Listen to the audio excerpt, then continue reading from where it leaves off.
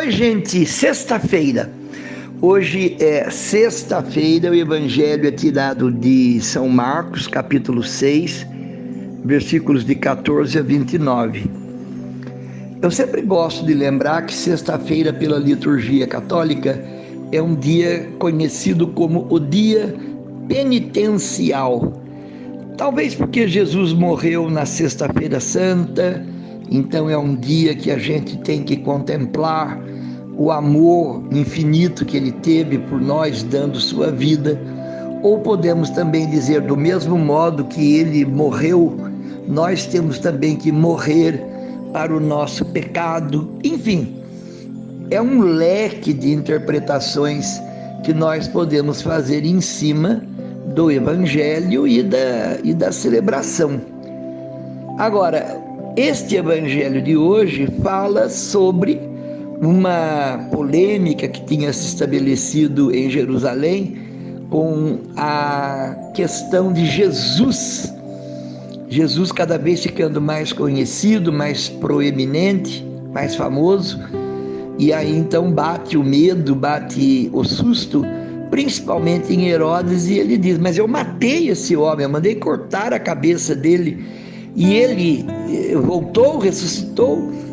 Então esta situação colocou Herodes numa extrema fragilidade. E aí, inclusive, o trecho de hoje fala que ele rememora o que aconteceu com João Batista, que teve a sua cabeça cortada porque Herodíades, a sua amante, tinha uma filha, e essa menina encantou o rei com o seu corpo, com o seu bailado. Enfim, então vale a pena ver essa trama que é descrita aqui no evangelho de hoje. Mas o que eu queria me ater é nesta situação de fragilidade, de instabilidade que Herodes acabou assumindo diante dessa perspectiva de que João Batista, quem ele tinha matado, pudesse estar vivo novamente. E aí ele tem medo desse fantasma, dessa assombração, dessa força sobre-humana que poderia fragilizá-lo ainda mais. Então é aí que eu pego esse ponto para meditar na nossa vida. Quantas vezes nós vemos fantasmas, especialmente quando a nossa consciência está pesada.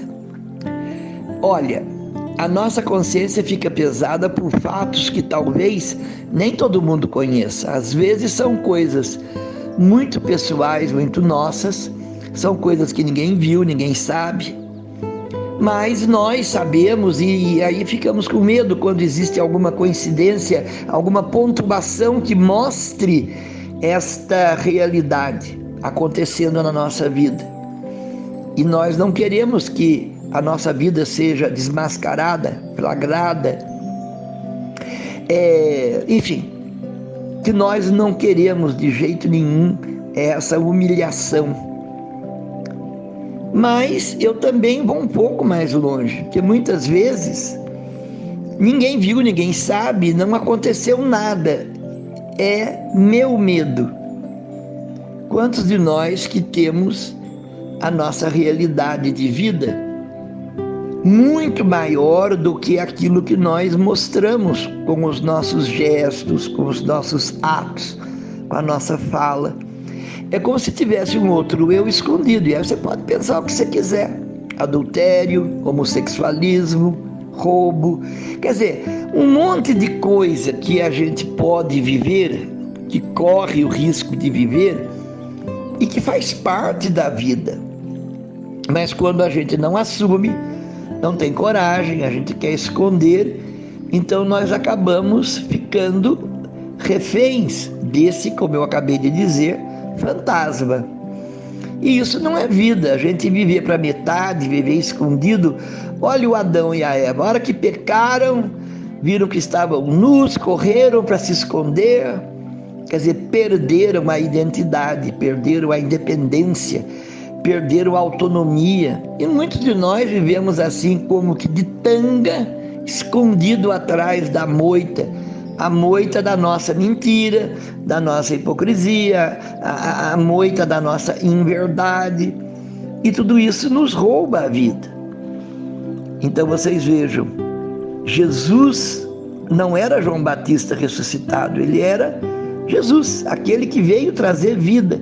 E no entanto, o coitado do Herodes, chamo de coitado porque era realmente um coitado, medroso, capacho da sua amante, completamente dependente da sua enteada, se é que era enteada, era sobrinha na realidade, mas que com o seu corpinho de menina quebrou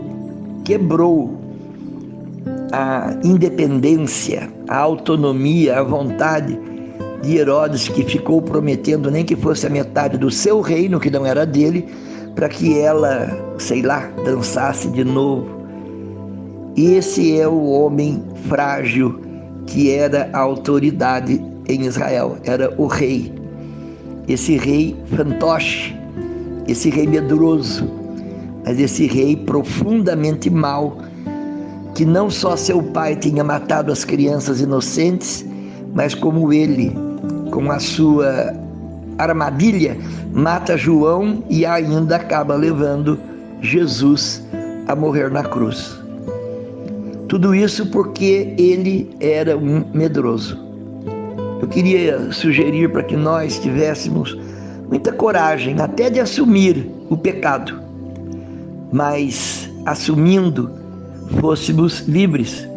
E aí eu me lembro essa frase que tem estado tão em voga hoje em dia: nós precisamos ser livres, não podemos ser presos nem medrosos. Nós precisamos ser livres, seguindo e mostrando a verdade, porque somente a verdade é que nos pode libertar.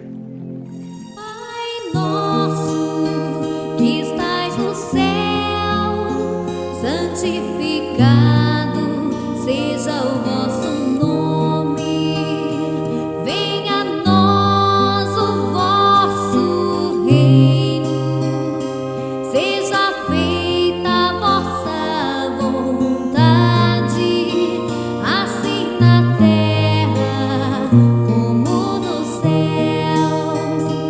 O pão nosso de cada dia nos dai hoje e perdoai nossas ofensas, assim como nós perdoamos a quem nos tem ofendido.